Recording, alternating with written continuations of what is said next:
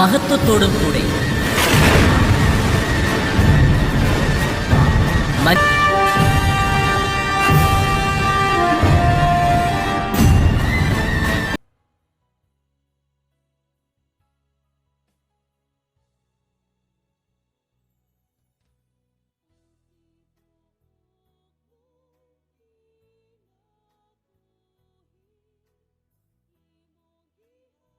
നാല് ദിക്കുകളിലേക്കും അവൻ തന്റെ ദൂതന്മാരെ അയച്ച് കല്ലറകൾ തുറക്കും.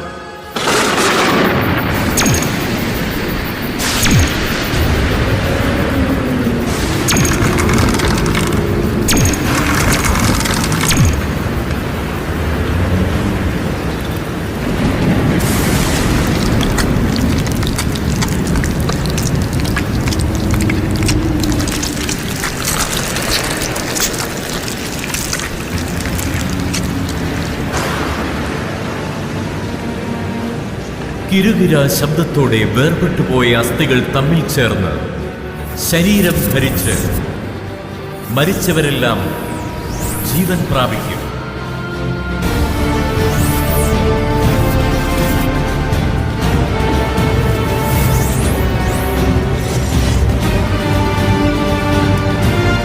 നല്ലതോ ചീത്തയോ ആയ ഏത് നിഗൂഢ പ്രവൃത്തിയും ദൈവത്തിന്റെ നീതിപീഠത്തിന് മുൻപിൽ വെളിപ്പെടും.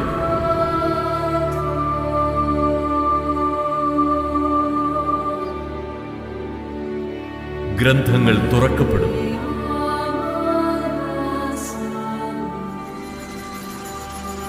ചെറിയവരും വലിയവരും ഒരുപോലെ യേശുക്രിസ്തുവിന്റെ സിംഹാസനത്തിന് മുൻപിൽ നിൽക്കേണ്ടി വരും.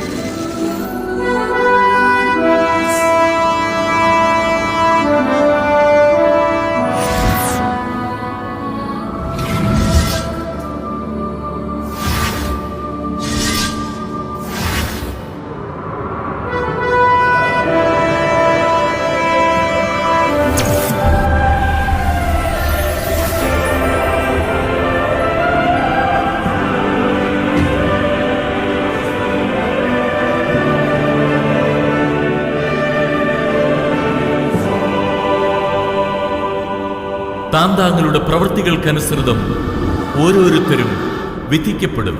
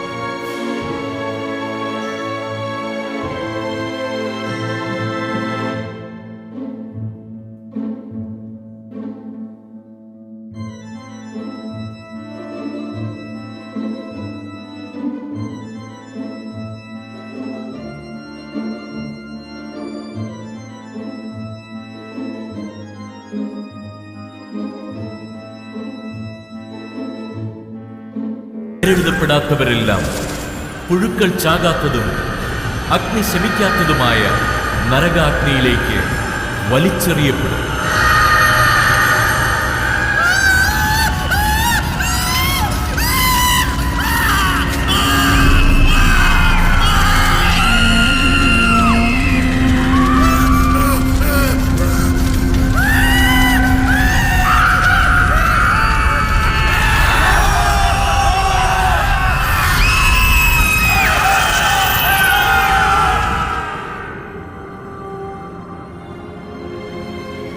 ജീവന്റെ ഗ്രന്ഥവും തുറക്കപ്പെടും.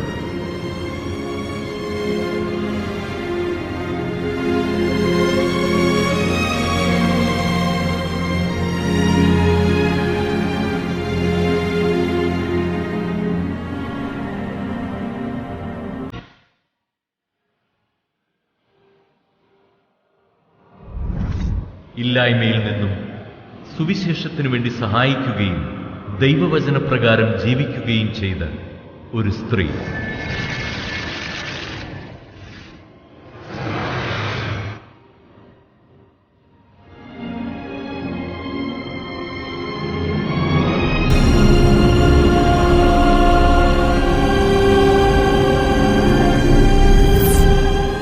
അഗതിയിൽ ദൈവവചനമനുസരിച്ച് ജീവിക്കുകയും ചെയ്ത ഒരു മനുഷ്യൻ.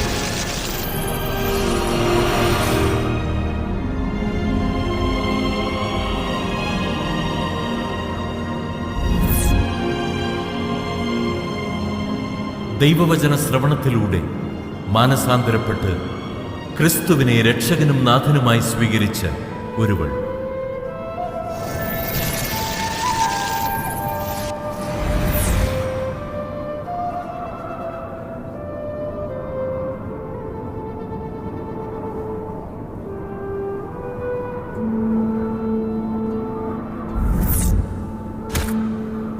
ദൈവവചനത്തിനു വേണ്ടി സ്വന്തം ജീവൻ പോലും നഷ്ടപ്പെടുത്തുവാൻ തയ്യാറായ ഒരു മനുഷ്യൻ. ശരീരത്തിലായിരിക്കുമ്പോൾ വചനമനുസരിച്ച് ജീവിച്ചവരുടെ ശരീരങ്ങളെ മഹത്വമുള്ള സ്വർഗീയ ശരീരങ്ങളായി രൂപാന്തരപ്പെടുത്തി നിത്യകൂടാരങ്ങളിലേക്ക് എടുക്കപ്പെടും.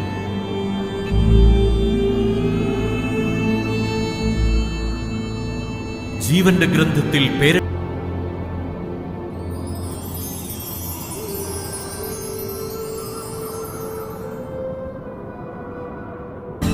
പഴയതെല്ലാം കടന്നുപോയി.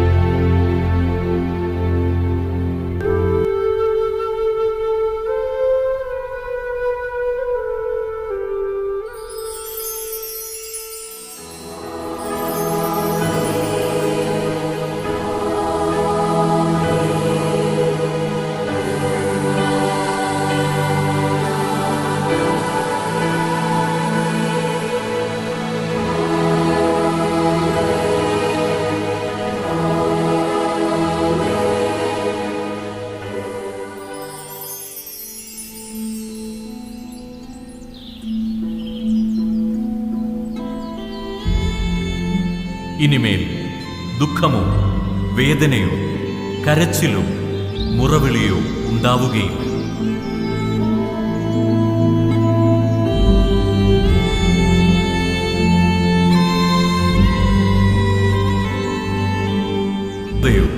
കലഹമോ വിദ്വേഷമോ അവിടെയില്ല. സന്തോഷവും സമാധാനവും ആനന്ദവുമാണവിടെ.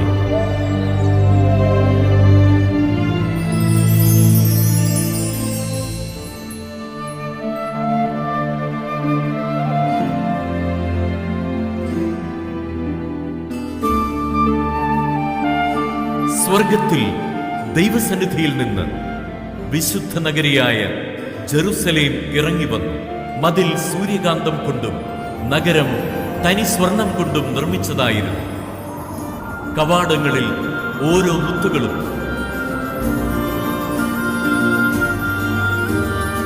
ഇസ്രായേൽ ഗോത്രങ്ങളുടെയും അപ്പസ്തോലന്മാരുടെയും പേരുകളും എഴുതപ്പെട്ടിരുന്നു.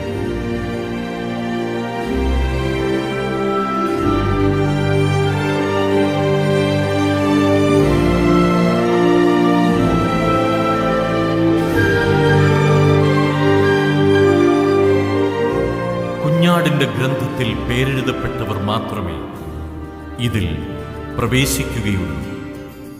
നഗരത്തിന് പ്രകാശം നൽകുന്നത് സൂര്യനോ ചന്ദ്രനോ ആയിരിക്കുകയില്ല, ദൈവ തേജസ്സായിരിക്കും. അവിടെയാകട്ടെ രാത്രിയില്ലതാനും.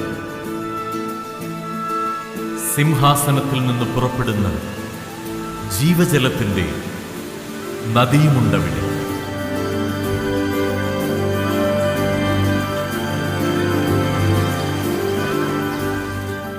ദൈവത്താൽ തിരഞ്ഞെടുക്കപ്പെട്ടവർക്കെല്ലാം അവിടെ പ്രതിഫലവുമുണ്ട്.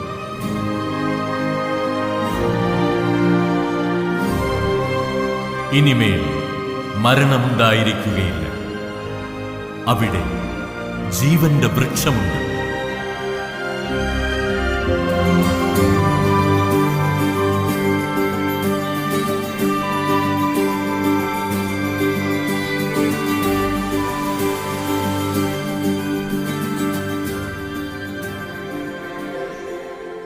യേശുവാകുന്നു വഴിയും സത്യവും ജീവനും.